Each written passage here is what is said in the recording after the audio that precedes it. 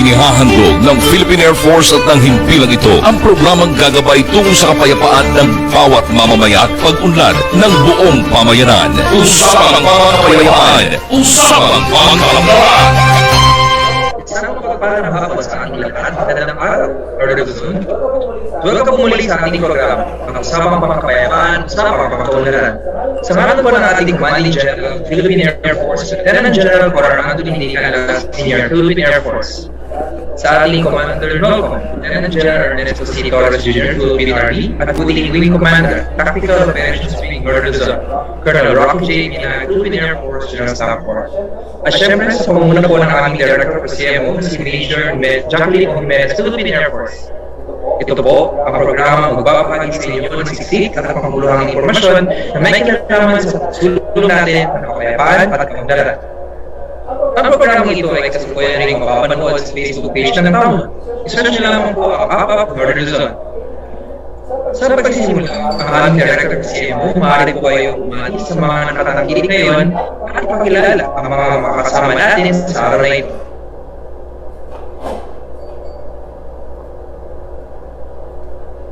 Magandang hapon at magandang buhay po sa ating lahat. Masaya po kaming makasama muli ang ating mga partners sa programang ito at sa ating mga tagapagtangkilik at tagapakinig. Magandang hapon po sa ating lahat. Ang programang ito ay napapakinggan din po sa radio stations ng DZTC Radio Filipino Tarlac tuwing Sabado ng alas 11 hanggang alas 12 ng tanghali at sa GB AM 792 tuwing Sabado alas 5 hanggang alas 6 ng hapon. Lumalawak na po ang naabot ng ating APA program, hindi lamang po sa Northern Luzon, kundi mula buong kapuluan ng Luzon hanggang Mindanao. At regular din po natin kasama ang ating mga kababayan na nasa California, Canada, Hong Kong at Saudi Arabia. Yan po, kasama po natin ngayon sina Director William Beltran, ang Regional Director ng Philippine Information Agency Region 3. Si Sir Emil Carion, ang ating freelance media TV producer, at ang ating resource speaker na ipapakilala natin maya-maya.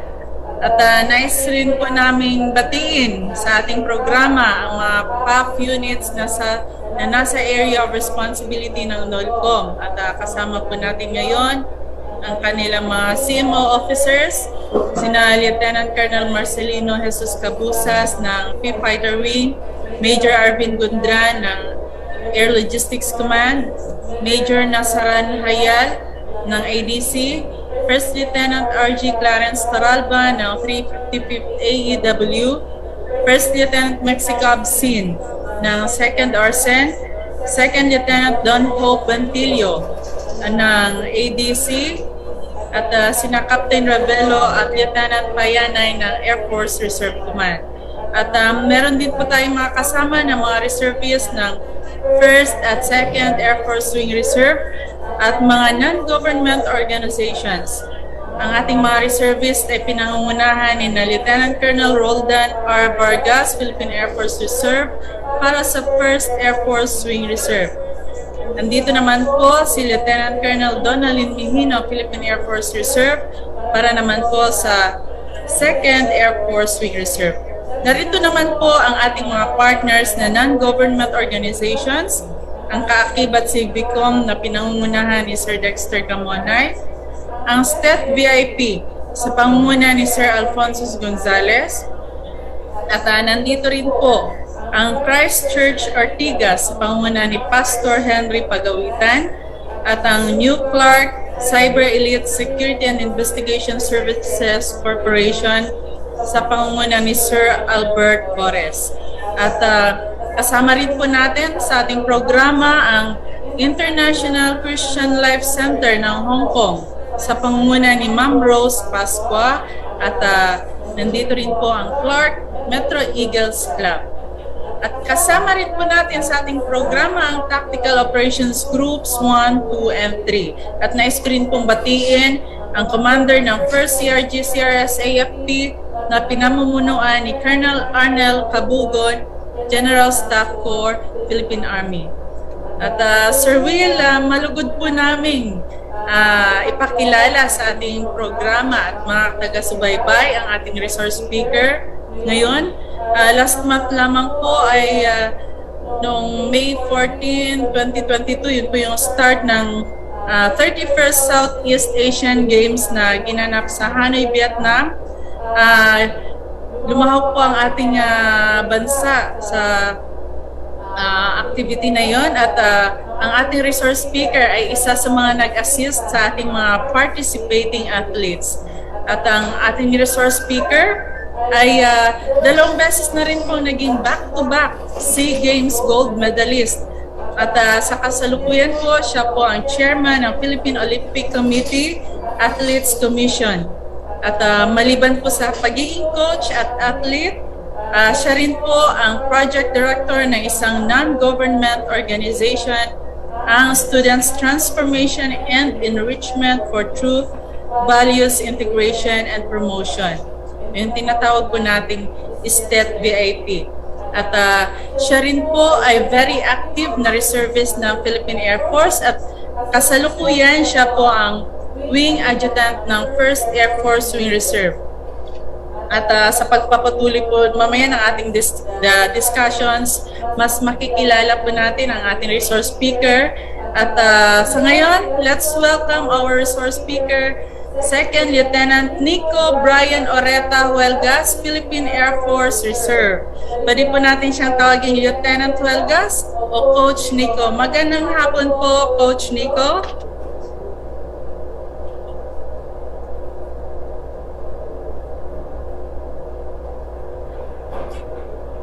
Can everybody hear my audio? Man.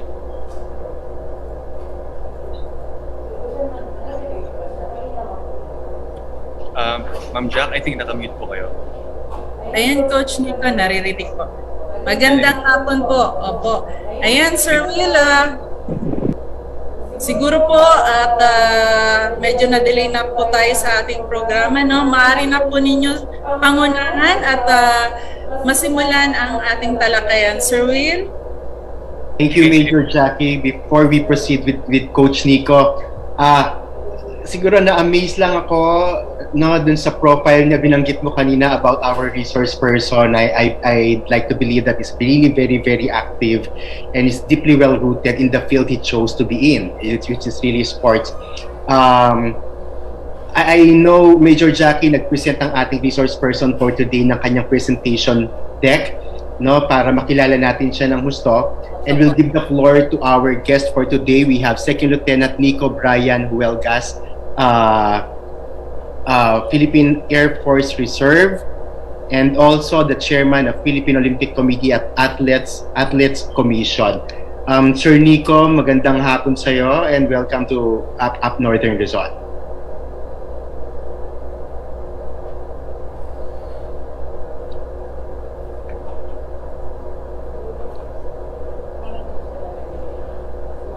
I'm sorry, Sir Nico, we didn't hear you. Baka naka-ano. Can you hear me now? Yes, sir. Thank you for having me on this opportunity for me to share my life as an athlete and what I do beyond that. Do you have your presentation deck with you already, Sir Nico? Yes. Do you mind if I share my screen? Yes, please. Thank you. Okay. I'll make it very short kasi alam ko medyo may time constraints tayong lahat, and for everyone's concern, we're very sorry na na-delay ng konti, but I'll make my presentation very brief and quality, di ba? Para enjoy lahat. Sige. Sharing my screen. Unfortunately, the host is able screen sharing. Will I be able to request to make me host para makapag-share po ko ng screen?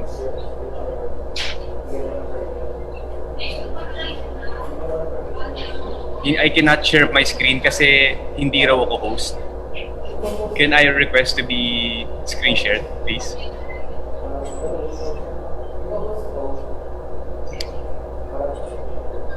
Ayun. Yan. Okay, game. Sige. Okay, game. Can everybody see my screen? Okay na? Yes, sir. Yes, sir. Yeah. So for my topic will be about my journey with sports and with the Philippine Olympic Committee Athletes Commission. So for that sake, it's all about sports as a direction, an opportunity to be a life champion. Yan.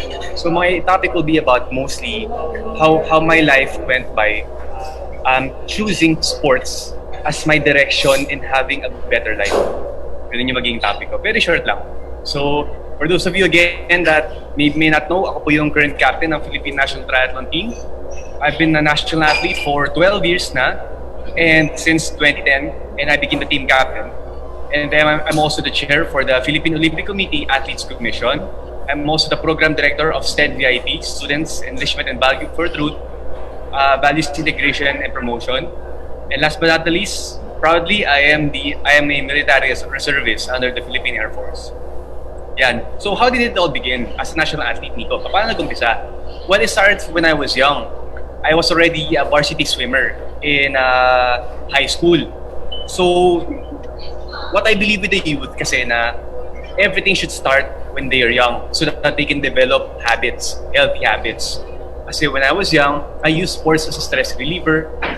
Kasi ang gagawa kasi niyan is nadadivert kami from tambay. Kasi as young kids, diba, marami tayong free time. With sports, it helps you make your time more quality, more valuable. And you always have new stories to tell. Every time you do a workout, you play with your friends, with kids, it improves your social skills. And because of that, training every day in high school, we would train 5 times a week, 2 hours a day. We would be exposed to competitions nationally. So, in-expose kami sa palarong Manila at palarong pambansa. So, I get to compete with one of the very best swimmers all over the country. And it taught me the competitive side. And it taught me one of the 3 crucial characters of an athlete as a person. Confidence, be confident with what you do, believe in yourself, but with humility, kapag kumbaba.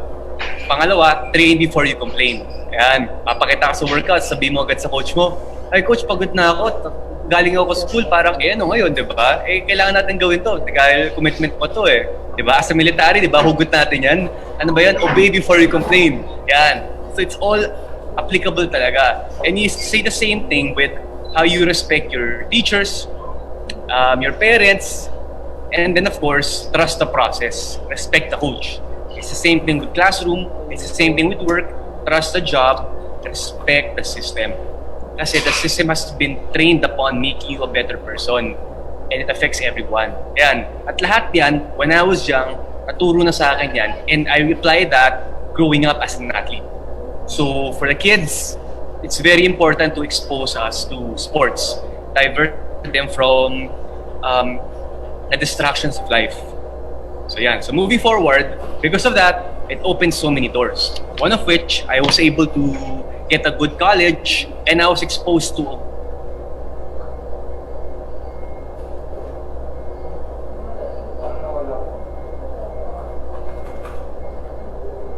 Sir Nico, yes. yun po. Yung audio po, sir, medyo nawala po. Ganun ba? Ayan, sir. Okay na po? Yes, sir. Yes, sir. Sorry, kinabahan ako. Ayun, so going back, so opening doors, because of college, I was able to become teammates with top-level athletes and students. So na-push ako not only to become a top-level athlete, but also as a good student in college.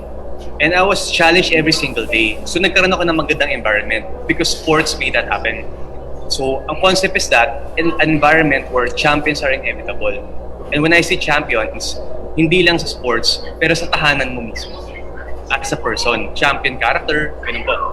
At dahil dyan, naabot ko yung pangarap ko maging national athlete for triathlon. I was able to travel abroad, and traveling abroad, na-widen yung perspective ko about yung kakayahan natin bilang isang Pilipino at yung mga advancement ng teknolohiya ng ibang bansa at na-apply ko yun dito sa Pilipinas kung paano ko mabuhay. So now, fast forward, I'm already living the dream as a national athlete. It became an honor to represent the country. I became more nationalistic. Na-meet ko yung Philippine President. Yan, binigyan ng award for winning the 2 gold medals sa SEA Games. And pinakamatamis sa lahat dyan, moving forward, when I was toning down from sports is I was able to inspire a new generation. So yan po. It's more than just winning medals. It's influencing a lot of people because that alone is immeasurable. Hindi mo malalaman kung gaano kalayo na-inspire mo sa mga kabataan na tutulungan. Yan po. Because I'm living the dream, ayan na po, moving forward na po with bigger role sa buhay. So yun po, after that, I was nominated to be part of the Athletes Commission of the Philippine Olympic Committee where they elected me as chairman. So with that po, I have one, sa mga nagtatanong po, I have one seat in the board of the Philippine Olympic Committee. So kumbaga sa isang sanggunian panglalawigan, ako yung parang sangguniang kabataan. Ako yung representative ng mga kabataan, parang ganon. So yan, ako yung pinakabata sa mga board members. Kasama ko sila Mayor Richard Gomez, si Congressman Tolentino, sila man nakakasama ko kasi they're presidents of their own of their own sports. So ano ba ginagawa namin as an athletes commission? We are the voice of the national athletes to the POC board members. So kapag may mga harassments, may mga abuse, tinanggal sila sa national team ng walang due process, kami nagpo-collate ng mga proseso at isasubmit namin sa Olympic Committee dahil sila lang ang pwedeng mag-handle ng kaso. Kami parang kuya ng mga athletes. Kami yung nakikinggan namin ng kanilang boses at kami yung maglalabi para ipasa at i-push na gawan to ng paraan para ayusin yung mga problema. Isa sa mga naging matunog na ginawa namin was yung kaso ni EJ Obiena. Nung tinanggal siya sa national team at nung hindi siya binigyan ng opportunity para bigyan ng pondo. Yan. Kami yung nag-collate ng kaso nun kay EJ Obiena and successfully, we were able to alleviate that case and nagampanan namin at nagawa namin mapakompete ulit si EJ Obiena. Diba? Kaya dun siya nanalo ng gold medal at nung SEA Games itong karaang Vietnam. And last but not least, we provide projects to improve overall welfare. Like itong ganitong mga webinars, pinaprovide namin yan para ma-encourage namin mga athletes. Tapos, mag-bridge yung network with GAP1 national athletes. We provide webinars like financial management, as you can see. Yun pa. At yan, last but not least, I'm very proud to say this, guys, but we have a very strong gender balance. Isa sa system namin is that 50-50% yung membership ng kababaihan at kalalakihan. Kaya matutuwa si GED niyan. As you can see on the members list po dito, me together with Jessica Altamonte of softball, Jessie Lacuna of swimming, Jake Letts of rugby, Sam Morrison of taekwondo, Nesty Petesio of boxing, and your very own Philippine Air Force Sergeant, si Heidelin Diaz of weightlifting. O yan. Yan ang members niyo sa Athletes Commission. So ito pa, moving forward, matutuwa kayo dito.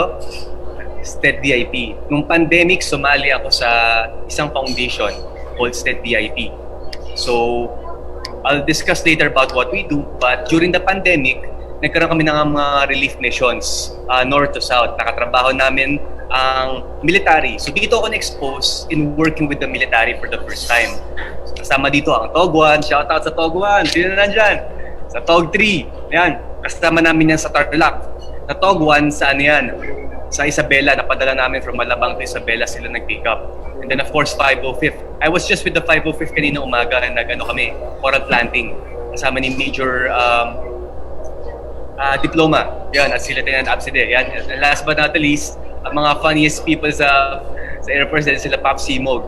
Yan. Katrabaho po namin yan. And then, we shared knowledge and expertise with our stakeholders like Supreme Student Council of Society of the Philippines. It's also handled by Pop Simog. Nag-donate rin po kami ng mga products to military frontliners, specifically Town Hall. Siyempre, mahal namin ang Town Hall, as you can see sa picture. And last but not the least, may stakeholder kami sa Cebu, nag-donate kami ng mga bikes. Yan. So ito yung mga naging missions namin with the military. Kaya doon kami naging close. So with that, moving forward then, I got inspired to be part of the military even more by becoming a military reservist. Yan! Last but not the least, mga bigger roles. So proud to say, noong 2020, I joined the Air Force Reserve and I became the batch for Bagbislawin. Yan. Tinraining kami ng First Arsen. Shoutout sa First Arsen, lalo na sa commanding officer si Lieutenant Colonel Ritz Abellanos. Ay ma'am, yan po. Tapos after that, a couple of months later, in-invite po ako maging DRI for PCMP. Sinaglahi. Shoutout sa mga taga-Sinaglahi dyan. Sa Big Baguslawin, shoutout kay Des Calzote. Ako nakikinig ka dyan. And because of those efforts, including the STED VIP missions with the military, I was given the first time ever a military medal in Triple M on the second photo. Yan. Sweet. Ano yan, special sa akin yung iniyakan ko yan kasi wow, ito pala feeling magkaroon ng military medal. So it's an honor talaga na ma-receive ko to dahil sa lahat ng months na we were doing relief missions, we would wake up at 4 a.m., we would go home at 11 p.m., packing stuff, donating, driving 3 hours, going up to San Jose Tarlac with Town Hall and Pog Tree, going down to Tingloy Island at 5 a.m. 3 hours drive rin, kasama ng Pop Simog. Grabe, to feel this kind of medal and award, parang gave recognition to the efforts that we did as a foundation. Sobrang thankful ako sa military sa kanilang recognition for this. And moving forward, isa pa sa mga naginatuwa ko, I became an instructor for the first time. So in-invite ako ng 1st Air Force Wing Reserve, led by Miss Milani and Sir Henry Pagawitan. Shoutout sa mga Pagawitan dyan. As you can see on this lower left photo, nagturo ko ng rescue swimming yan. Turo ko magligtas. So yun po, sa mga nag-exposure namin. And I recommend this to people. The perks of being a military reservist, for one thing, is that we help you improve your skills, like rescue swimming. Yan. That's also provided as a perks of being a military reservist. It's not just giving service to others. Bibigyan ka rin ng mga ganitong perks from the military, yung mga ganyang special skills. Who knows, di ba? Sa next SARA training nyo, ako ulit magiging rescue instructor nyo. Di ba? So fast forward, I also became an officer na. Nagpa-commission ako as an officer. And now I became a wing adjutant under the 1st Air Force Wing Reserve. Lower right, kasama ko si Second Lieutenant Jerome Boto, naging tropa ko to sa pag-growing up to become commissioned officer. And that, I also became a GAD speaker. At yan po ang aking buhay sa pagiging military reservist. So yan na po, ano po ginagawa ko ngayon sa mga nagtatanong, eto, nasa coffee shop. But yeah, I'm still currently a national athlete of the Philippine team, and also my trade team is called Go for Gold. Yan. In Pampanga area. Mainly, we live in Angeles. And ang training grounds po namin ay sa Clark Freeport Zone, pati sa New Clark City sa Tarlac. As you can see on the photo, kabubukasan po ng New Clark City. So, nakarun po namin ng mga Air Force dito iba. So, kung gusto niyo makakapag-bike, minsan sa loob ng Air Force Base, sa Freeport Zone, let me know. Sige, bike tayo, kasama ng Go for Gold team. Yan po. And so, with that po, yan po. So to end my talk, with my learnings in life as an athlete growing up, it's more than just having good grades. It's more than just being a champion athlete. It's about being kind, respectful, and obedient to people, and be dedicated to your chosen craft. It's not about the gold medals. It's about you working hard every day, and that gives more respect than your gold medals. So it's how you treat people. Ganyan po. So I hope with that, the biggest life lessons would be that with sports, it's been one of the greatest means or opportunity as it has given mine. Kung saan po ako nakatayo ngayon. It was never about those gold medals kasi makakalimutan yan. Pero yung ano gagawin mo doon? Yung mga batang mga ma-inspire mo, mga kabataan, and it's about that work ethic and steering away from the distractions at yung mga irrelevant situations that are against your goals. Yan. Other than that, I bid farewell and thank you so much. Yan. Maraming salamat po sa inyo lahat. Maraming salamat sa iyo, Sir Nico. I could say that your life journey in sports is very, very inspiring, and I just hope na maraming kabataan na nakikinig sa iyo ngayon. And I know na marami pala, no? I know na maraming kabataan na nakikinig sa atin at nai-inspire, no, sa story na share mo sa amin. But let me talk about the POC Athletes Commission, Sir Coach Nico. Kasi you mentioned in your deck that you provide projects to improve the overall welfare, like webinars and encouragement. I'm very interested in Bridging Network. How do you do this?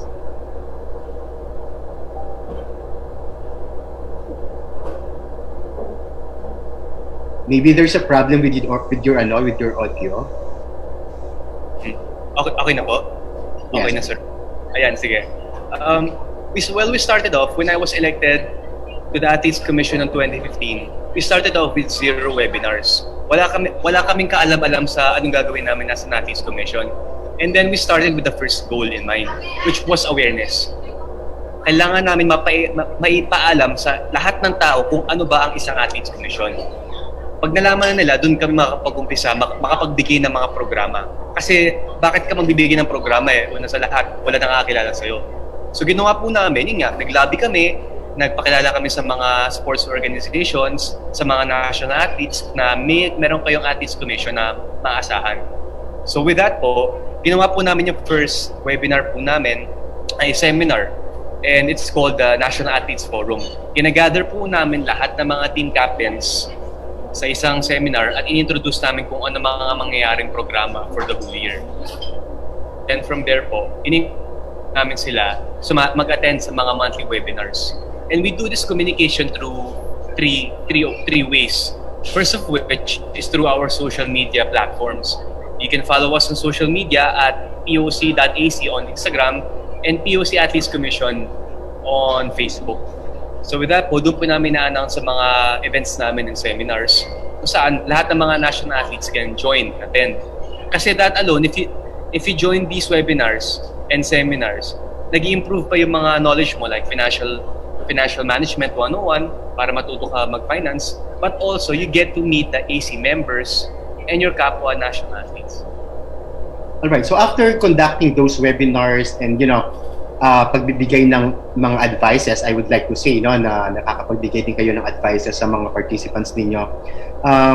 But after that, what happens to those participants? Do you conduct any monitoring kung meron kayong mga na-inspire talaga to move ahead and forge ahead? Yes po. Sometimes we would monitor it through interviews or what we call data collecting kung may natutunan po ba kayo. Yung survey. We do post-event survey. That's one. And second is, we would check depending on the numbers of cases. Specifically po like anti-doping. Very strong po yung anti-doping sa Philippines. Wherein we want to make sure that we have 0 cases ng doping cases for this illegal stuff. Kaya every year po, nagko-conduct po kami na anti-doping awareness every year.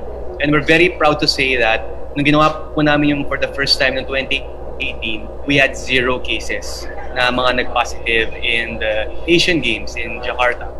How frequent do you conduct all these webinars? Every year po, we have noong 2018, we started with 2 webinars. And then noong 2019, it became 5. In pandemic, it became 7. And now, this 2022, we have about 10 webinars for national athletes. So, alaki na po yung namin.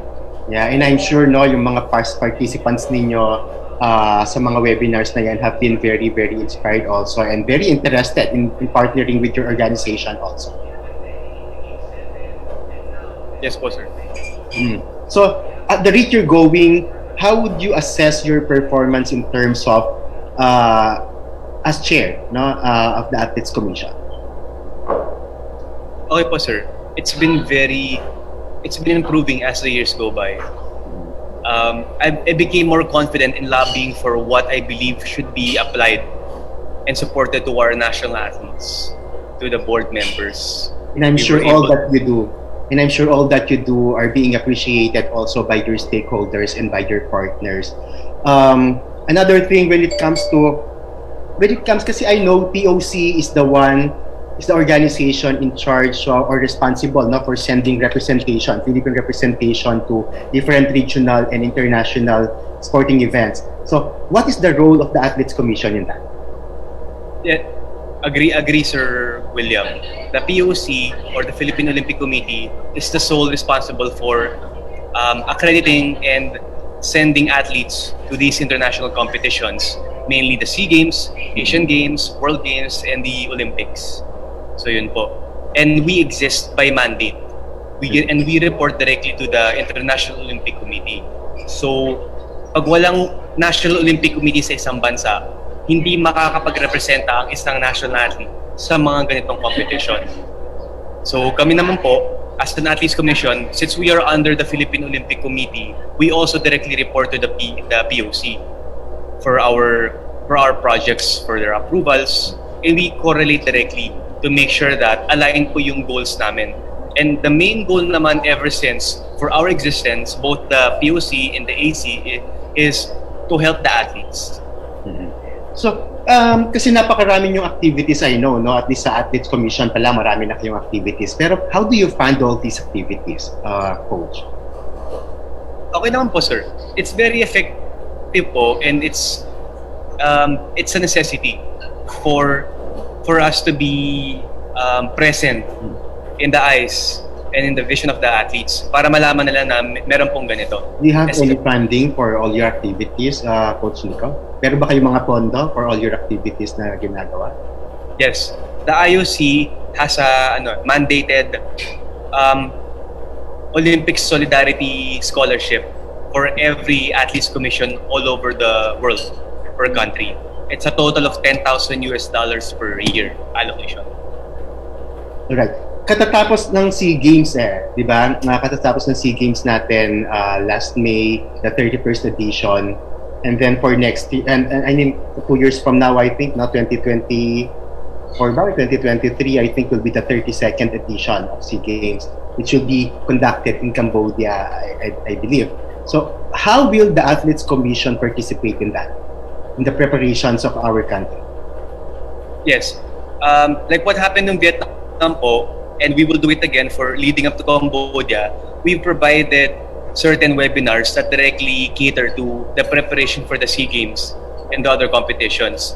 Like itong April, ginawa namin yung Athlete Development Month. Meaning, we did 3 webinars in 1 month directly cater to that SEA Games for May. So buong April, we did the anti-doping, we did the mental wellness, and then we did another one para lang, ayun pala, diet and nutrition, yan. Para makaiwas sa mga 3-in-1 coffee, sa mga instant noodles, yun, pinapagbawal sa amin kasi yan So yung mga ganung webinars in preparation for the competition, inahasa na kami for that big event. And we're gonna do it again next year as what you know, mabilis ang timeline ng isang athlete for its competition. They might say next year na yan, pero honestly, isang pikit mo na lang yan, nandiyan na yung next competition Mm-hmm. So it really takes a lot for you to become an athlete talaga. It really takes a lot of discipline. Sabi mo nga sa presentation mo kanina, Coach, parang you consider sports as a stress reliever, diba? And it really takes a lot of discipline to be really into sports because alam mo ako hindi ko into sports talaga so ikaw ang tinatanong ko nito because I know that you will inspire a lot of young people in our country to really go into sports and really enjoy what they're doing kapag nasa sports because this will really provide them enough discipline. But my question is, how did your exposure to sports mold you as a person? Malaki po, sir. Actually, being exposed to sports was the greatest reason for my molding as a person because of meeting different people, both local and international. Being an athlete and in that highest level and meeting these international people, I've learned how to listen more than to judge. I've learned how to listen more than talk, and I've learned how to understand before you can actually comment. So you listen to their backstories because every athlete has a different backstory. That's one. Second, yung concept that yung famous line na it's the man in the arena. Ever heard of that? Yung if somebody wins a gold medal, he goes up stage, diba? And then no matter his background, no matter his social class, kahit mayaman siya o mahirap, kahit nakapagtapos siya sa antasan na edukasyon o hindi, siya pa rin ang nasa taas at may gold medal at ikaw hindi. That alone provides respect without any other direction to it. So with that, sports becomes a means for respect then. And it becomes a great equal tool for every person, no matter what background you have. And it made me more humble as a person, to be more hardworking. And that alone, I know that being hardworking and respectful really gives you that respect from others. Yung mga values na binanggit mo, Coach Nico, napakaganda, no? Kasi those are the values that are really needed by a person. Respect, hard work, discipline, and even humility especially. Because a lot of people, kapag malaki na or malayo na yung narating nila, nagiging malaki na rin yung ulo nila. But for sports, you believe that it really takes courageous will also to become humble as you can be, no, all throughout. And because yung sports, alam natin, tiyaga lang din talaga, Coach Nico. Tiyaga lang din talaga, but a lot of people walang tiyaga talaga, di ba? But if you're into sports, I think that will be developed also, because sports will help a lot of our people. If you get involved yourself, no? If you get yourself involved in sports, this will be a means also to walk away from vices. Sabi mo nga kanina, a diversion from pagiging tambay. So it's also good, no, because malalayo ka sa mga bisyo because you're busy doing your sports, and it will make your life more productive and more worthy, just like you. Napakalaki ng epekto sa buhay mo ng sports na yan. So anong mababanggit mong ano sa tingin mo, Sir Nico, ang kailangan ng isang baguhan? Let's say, for example, hindi pa ako talaga into sports, pero how will I get myself involved with sports? I would recommend to spend time with people who do sports as well. So it's about choosing first an environment na in-encourage ka mag-sports. So kung may isa ditong grupo na nagbabike lagi, lapit ka lang, sama ka lang, sabihin mo kung pwede ba ako sumama sa inyong bike, pwede ba ako sumama sa inyong mag-run, gano'n. Second, pwede rin po kayong maghanap ng coach. Magtanong-tanong kayo, sino pwede maging coach dito, gano'n. So, at least the coach will already guide you on your life to become an improved person with sports. O, di ko na sinabi athlete, improves as a person, di ba?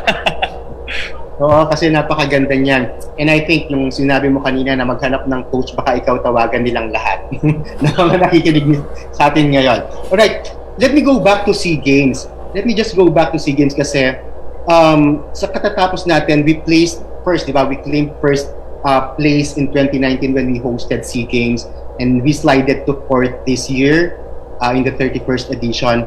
So ano sa tingin mo yung contributory factors? Ano yung mga factors na nakapag-contribute? Bakit medyo nag-slide tayo to 4th place? Ano po yan?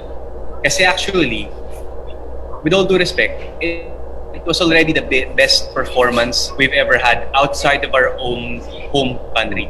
Yeah, Kasi it's still an achievement, right? Whether 4th tayo, it's still an achievement, a big achievement. The biggest achievement we've had, given that we're not the host country. Kasi ang laking advantage na kayo po ang host country. Kasi you have more power and say to which sports you want to include in your host country event. Kaya noong 2019, marami tayong events sa Arnis where we generated and garnered 15 gold medals. We had dance sport where in 2019 we had 9 gold medals. Diba, noong 2019. But then, this Vietnam event, last month, walang Arnis. So we lost about a chance of 14 gold medals agad. Second, dance sport, we only have about 4 gold medals at stake kasi 4 events lang nilagay. So yung mga ganung bagay adds to it. Yung winning and adding and subtracting events that that give you the chance to win a gold medal. So with that said, isa pa doon is syempre pag host country ka, if you compete in front of your home crowd, iba yung mental psych. Mas confident ka iba talaga eh. And being abroad, sometimes may mga big factors that can hinder your performance, like iba na yung food doon, iba yung weather, so you have lesser chances of reaching your peak performance. Mm-hmm. But at least ang kailangan lang siguro nating matandaan lagi, it's the honor of representing our country in all of these international events. I think that's number one. And whether you please or not, yung hawak mo lang yung bandila, yung watawat ng ating Pilipinas representing our country in those international events will really be great honor to all of us. Coach, balikan kita later. Ibabalik ko lang muna kay Major Jackie yung platform natin for some updates.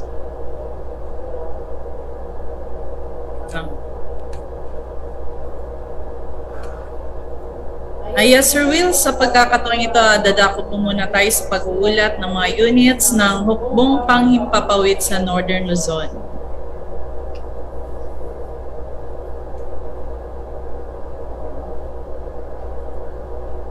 Magandang araw po sa inyong lahat. Narito ang minute na balita mula sa Pay Fighter Wing, Home of the Fighters.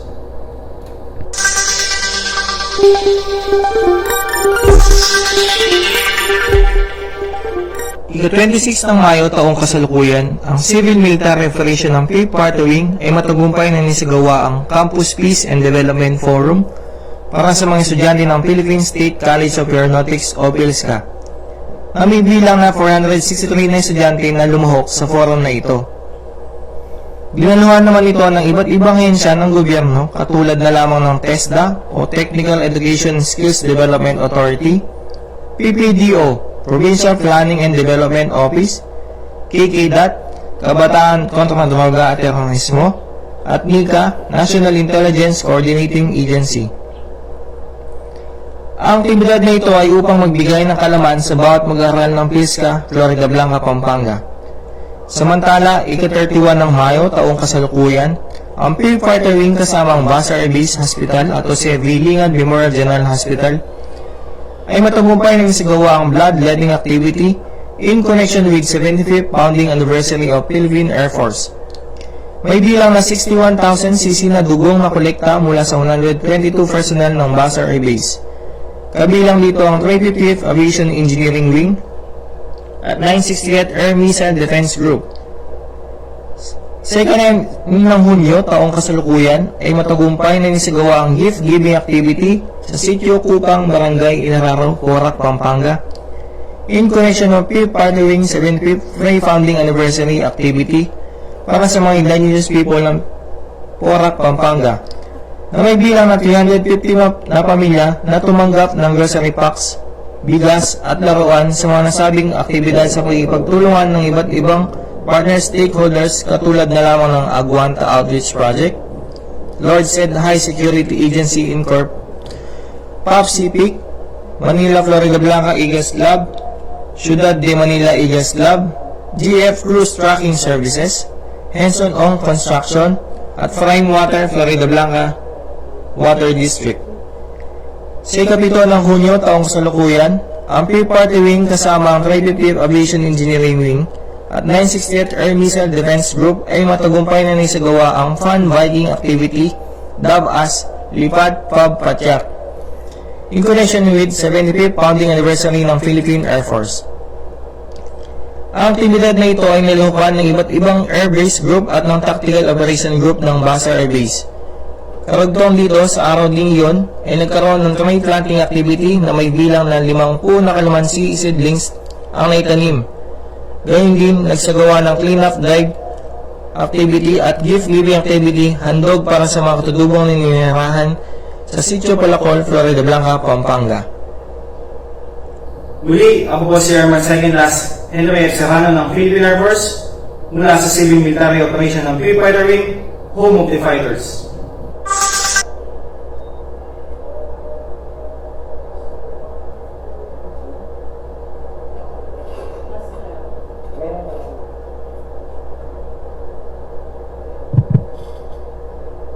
Magandang hapon, narito po ang balita mula sa 2nd Air Reserve Center. 2nd Air Reserve Center matagumpay na naisagawa ang field training exercise ng Basic Citizen Military Training Class 2022 at Practical Exercise ng Air-to-Ground Operation Seminar Class 2022. Noong ika-3 hanggang ika-5 ng Hunyo taong 2022, matagumpay na naisagawa ng 2nd Air Reserve Center sa pamumuno ng commanding officer nito na si Lieutenant Colonel Maribel V. Manambao, Philippine Air Force, MNSA, ang Field Training Exercise ng Basic Citizen Military Training Class 2022 at Practical Exercise ng Air-to-Ground Operation Seminar Class 2022 sa pakikipagtulungan ng 205th Tactical Helicopter Wing. Isa sa mga highlights ng nasabing aktibidad ay ang medical evacuation, kung saan sinanay ang Disyente participant sa paglikas ng pasyente sa pamamagitan ng UH-1H helicopter patungo sa ligtas na lugar. Habang ang Agos participant naman ay sinanay sa tamang marshalling at lecturing, kung saan sila ang nagbibigay ng tamang direksyon kung saan lalapag ang nasabing aircraft upang maisagawa ng ligtas ang paglikas. Ilan sa mga aktibidad na natagumpay na naisagawa ay ang immediate action drill at rappelling. At sa mga nagnanais na maging reservist na tagapakinig natin na taga-Central at Northern Luzon, maaari po kayong makipag-ugnayan sa aming opisina sa pamamagitan ng pagbisita ng aming website, ang Air Force Reserve Command, www.airforcereservecommand.com at Facebook page ng Arsen Clark. Maaari din po kayong makipag-ugnayan sa aming opisina na makikita ninyo sa inyong TV screen. Sa ngalan ng aming commanding officer na si Lieutenant Colonel Maribel B. Manambao, Philippine Air Force, MNSA, ako po si Airman First Class Michael Johnson, Philippine Air Force, nag-uulat. Yan po ang ating Philippine Air Force unit sa Northern Luzon at sila po ay nakakasama natin upang may pagpatuloy na may sagawa ang mga programa ng iba't ibang ahensya ng ating pamahalaan. At bilang karagdagan, magkakaroon po muna tayo ng announcements para sa upcoming activities ng Philippine Air Force. Yan po kaugnay ng sa pagdiriwang ng 75th founding anniversary ng Philippine Air Force sa July 1, 2022. Isa sa mga pre-anniversary activities na isasagawa ay ang mall exhibit na gaganapin sa June 12 to 17, 2022 sa SM City Clark sa Mabalacat City, Pampanga. Ang 6 na araw na exhibit ay magbibigay ng pagkakataon na ipakita ang kakayahan ng Philippine Air Force para sa iba't ibang misyon tulad ng territorial defense, air and maritime domain awareness, pilot training, humanitarian assistance and disaster response, combat utility support, at force protection. Magkakaroon po dito ng static display ng mga aircraft tulad ng SF-260, AS-211 at UH-1H. Mini-replika ng mga FA-50, S-70I Black Hawk, Super Tucano at T-129 attack helicopter. Meron din po tayong flight simulator ng FA-50, display ng mga kagamitan para sa search and rescue operations at special combat operations. At muli, inaanyayahan namin kayong lahat na dumalo sa PAF Wall Exhibit sa SM City Clark sa June 12 hanggang 17. At ito po ay gaganapin mula alas 10 ng umaga hanggang alas 9 ng gabi sa The Event Center 1 ng SM City Clark. At magkakaroon din po ng biking activity dito sa Clark Air Base, dubbed as PAF Lipad Pajak at 75 sa June 15, 2022. Mga kalahok po dito ay ang ating mga military personnel, dependents, civilian, human resource at mga stakeholders. Maaari rin pong lumahok ang mga civilians, makipag-ugnayan lamang po kay Second Lieutenant Mark Anthony J. Miral, Philippine Air Force, sa kanyang cell phone number na 0927354328. Kasabay po nito ay meron din po tayong outreach activities. Sa mga nais pong sumuporta, maaari rin po kayong makipag-ugnayan kay Major Gary Louis Sulit, Philippine Air Force, sa kanyang cellphone number 0961-3982416. Maraming salamat po at ayan po sa pagpapatuloy ng ating programa. Kung may mga katanungan pa po tayo, maaari po tayong mag-raise ng ating mga kamay virtually or mag-message sa ating chat box para po ma-entertain po natin ang inyong mga suggestions or questions. Yan po at since narito po si Sir Emil Carion, Sir Emil, meron po ba kayong mga katanungan, sir?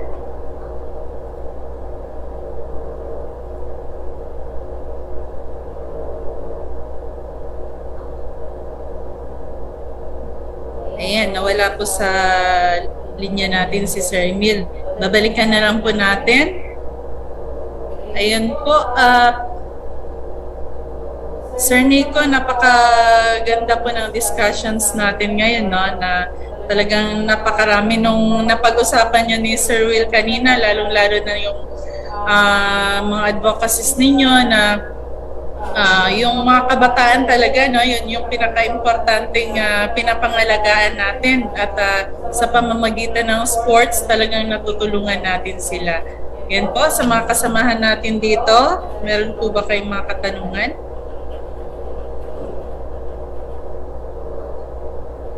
Ayan, kung wala na po, babalik po tayo kay Sir William. Sir Will? Oo, pero kung may katanungan po, no, yung ating mga kasama dito, pwede nyo pong ilagay yan sa ating chat box para po masagot ni Sir Nico din. But Sir Nico, I'd like to move forward with your involvement with STEP VIP. Paano ka nag-start? How did you get yourself involved with STEP VIP?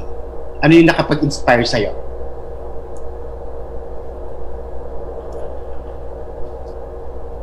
Sa ingay. The executive director nila, si Coach Al Gonzalez. And I was invited to join one of his missions. It was the AFP Mobile Kitchen nung kasagsagan ng pandemic. From there, it became fulfilling and I fell in love with supporting the programs that they were doing. So every other week, we would do missions now with the military involvements of STEP VIP. So yun po. From one inquiry, tuloy-tuloy na po.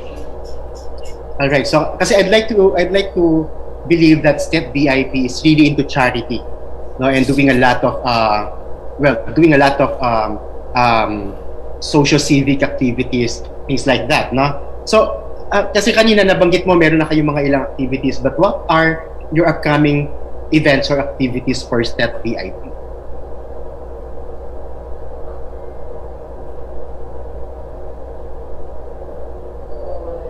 Director. I believe he's here. I think, but he'll message naman if he can answer that. But on my end, may mga upcoming ulit kami, mga marine projects, marine environment projects like coral planting via scuba diving partnership with the 505th of the Air Force and the 525th of the Army, and then some of the Coast Guard. So that's one. So mga tripartite collaborations in Batangas. Second of which, we would do some relief missions pa rin if ever magkaroon ng mga which we pray not to. Kapag may mga certain collaborations po for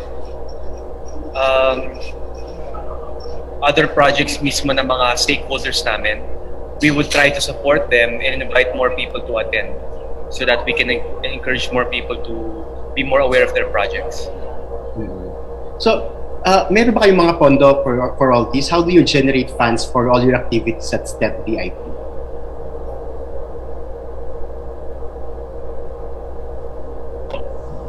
So from there po, we would mostly non-cash po, non-monetary value mga donations. From there, we would use that to convert it to relief missions and donate it to the people who need it the most. And then some, depende po if there are certain partnerships, lalo po sa Cebu, yung ginawa po naming new partnership with a triathlon team based in Talisay City. So may malapit po sa 5th Arce. So yun po.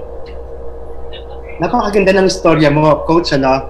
From being into sports, and then you went into the POC Athletes Commission, and then you're doing philanthropy also, no? So napakaganda. And another step, sabi mo kanina, moving towards bigger roles, no? Other than the STEP, you also made yourself a reservist of the Philippine Air Force. Ano ba nakapag-inspire sa iyo, Coach, para sumali, no, sa Philippine Air Force Reserve? Hindi dahil sa Top Gun. Hindi dahil sa Top Gun, okay. But on a serious note, a lot of people don't know this, but I've always dreamt of becoming a military pilot, specifically cargo and fighter pilot. So nung after ko mag SEA Games in 2017, I felt thinking of a longer purpose in life. Kasi sports will never be forever for me. Kasi there will always come a retirement. Having this thought of pursuing this dream of becoming a pilot, ito po yung timing na yung Philippine Air Force, in-extend nila yung age gap of military pilot training from 26 to 29 years old. Ito may meme, 29 years old na ako, so sabi ko, sige, let's take this one last time risk. Diba? So, noong 2019, April, syempre, kabisado, diba? Pumunta ako sa PMC. Nag-exam ako for the AFSAT. Thankfully, pumasa, pero hindi ako umabot sa quota. So, yun. That kind of dream was shattered, pero okay lang. But then, working with the military, with STED VIP, na-inspire ulit ako to be close again to still be part of the military because it seems to me na passion ko talaga mag-serve given the missions that we've done and the operations. So yun po, I was inspired. So nag-inquire po ako through kay Colonel Ranario of the Philippine Air Force na dating Special Services Group, and then sa team Melanie Pagawitan if may chance pa rin maging reservist. So yun po, tinulungan po nila ako, and then fast forward, inopen yung arm sa akin ni Miss Climaco of First Arsen, and I became a reservist. So, kasi di ba from sports to being a reservist, paano mo dinala yung values? How did you bring in the values you imbibe in sports to being a reservist? From being an athlete to reservist? Okay, so for one, there's this passion in terms of being a military. From what I've seen, there is that common denominator of the passion to serve. And so malapit po yan with being a national athlete, which is serving the country, representing. And then of course, malapit rin sa military ang sports. Seems to me, even si CG Paf, nagbabike po yan. Na-meet ko po yung one time na may plano mag-bike kami, may grupo eh. And nakita ko talaga na they really love sports. So nagkakaroon ng a bond between that conversation, sports. And with that, including na rin yung passion to serve, so doon po talaga nag-click na parang sige, mukhang mag-enjoy ako maging reservist. And true enough, I've done a lot of projects representing the Air Force as a reservist, and I'm enjoying it talaga even more as the months go by. More than that, the military taught me a lot of character development. So I've learned how to say po again. I learned how to respect my family even more. I'm mas calm na yung mga words ko, mas toned down. Kasi naging aggressive yung words minsan as an athlete eh. Yung parang rara moments, diba? But then, with the military culture, mas maraming po na words. And it makes you have a more respectful character, yung mga mano. And it made me a better person, I believe. If you would notice, my questioning is talagang on values. Hindi natin pinocus yung highlights of accomplishments because I know you have a lot of those, Coach Nico. But how would you encourage young people out there, to join Philippine Air Force Reserve Force also para, to develop also their characteristics and values just like you? Yes, definitely. So I really strongly encourage our youth to join the military, even just as a reservist. And that's actually my best recommendation if you actually consider wanting to be part of the organic personnel of the military. So you can start fresh first, being a reservist. And if you feel you enjoy it, if you feel that you really enjoy this type of service, mas mataas ang chance mo makapasok as an organic and be part of the paid salary grade of the organic personnel of the military. So yun po yung magandang it's a more advisable stepping stone compared to coming from a civilian and directly applying to the organic structure of the military. Para hindi ka mabigla. That's one. Second, being a reservist, agad-agad ang dami mong matututunan. You will meet a lot of people and you will learn a lot from the government structure, mga policies, and it expands your mind even more. So More than that, di ba, kaysa naman, kunyari lang, kaysa naman magtambay, magpuyat sa Netflix, volunteering, you learn more from the exposure that the military will give. So, a lot of it talaga is, being a better person. And that alone already dictates your success in life. It's not about the gold medals. Ika nga, di ba? It's about you growing as a better person. And becoming a reservist teaches you to be more patient, to be more understanding, and to be more, hindi maarte. I'm sure you have inspired. I'm sure, Sir Nico, you have inspired a lot of young people out there na nakikinig sa atin ngayon to become better persons just like you. And I know you inspired them not just to become reservists because of the life values that you shared with all of us. Thank you very much for your time, and we really learned a lot from you. Maybe next time pwede natin pag-usapan deeper yung inyong mga accomplishments pa sa STEP, your future accomplishments pa as a reservist of the Philippine Air Force and all that. And sa POC Athletes Commission also. But we're running out of time right now. Medyo bitin tayo because I'd like to talk more about values na natutunan mo pa sa sports, being at STEP VIP as a philanthropist and as a reservist sa Philippine Air Force. Thank you very much, Sir Nico, for joining us today in Up Northern Luzon. Any last message po for all our viewers and listeners? Sige. Unang-una po sa lahat, bilang mga military frontliners, maraming salamat sa serbisyo nyo. Sa mga missions na ginawa namin, mas lumalim ang aking respeto sa inyo more than anything talaga. So sobrang grateful ako sa mga sacrifices na ginawa nyo, especially during the pandemic nung napalayo kayo sa mga pamilya nyo. And as a civilian, I'm thankful to be more nationalistic, and especially as my deeper roots into the military reserve as a reservist, mas minamahal ko ngayon ang aking inang bayan. So with that po, I encourage again everybody, mga youth, to pursue and consider to become a military reservist. Siyempre, specifically the Air Force. Diba? And other than that, I hope you get to join any sports. Enjoy it more than anything. You will, and it will apply in your life to be more healthy, to be more happy, because mental health is one of the most priorities nowadays. So other than that, yun lang po, maraming salamat, Town Hall, and everybody in the military. God bless. Thank you very much. That was Second Lieutenant Nico Brian Huelgas, a Philippine Air Force Reserve. Maraming salamat po sa inyong lahat. I turn you back over to Major Jack. Maraming salamat, Sir Will, at maraming salamat po sa ating resource speaker, na napakasigasig na resource speaker, si Second Lieutenant Nico Brian Oreta, Huelgas, Philippine Air Force Reserve. At Sir Will, maraming salamat din po sa inyo at sa lahat ng mga kasama natin sa programa natin ngayong hapon, ang Usapang Pangkapayapaan, Usapang Pangkaunlaran Northern Luzon. At sa pamamagitan po ng ating programa, nakakarating po sa malalayo at mga liblib na lugar ang ating mga impormasyon. At marami rin po tayong mga programa na ipapakilala sa ating mga kababayan. At dito po napapaliwanagan po natin ang ating mga mahal na kababayan kung ano ang dapat nilang gawin at kanino tamang lumapit upang matulungan.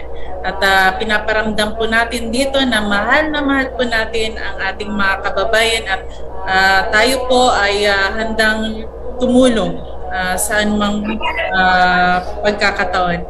At sa muli, maraming salamat po at magandang hapon po sa ating lahat. Pagpalain po tayong lahat ng pong may kapal. Good afternoon, ma'am, sir. Maraming salamat po, ma'am, at dito po nagtatapos ang ating programa sa araw na ito. Maraming salamat din po sa ating panauhin at mga taga-antabay. Mula sa Town Hall, ito po ang programang Up Northern Luzon para sa patuloy nating pagtutulungan upang isulong ang kapayapaan at kaunlaran.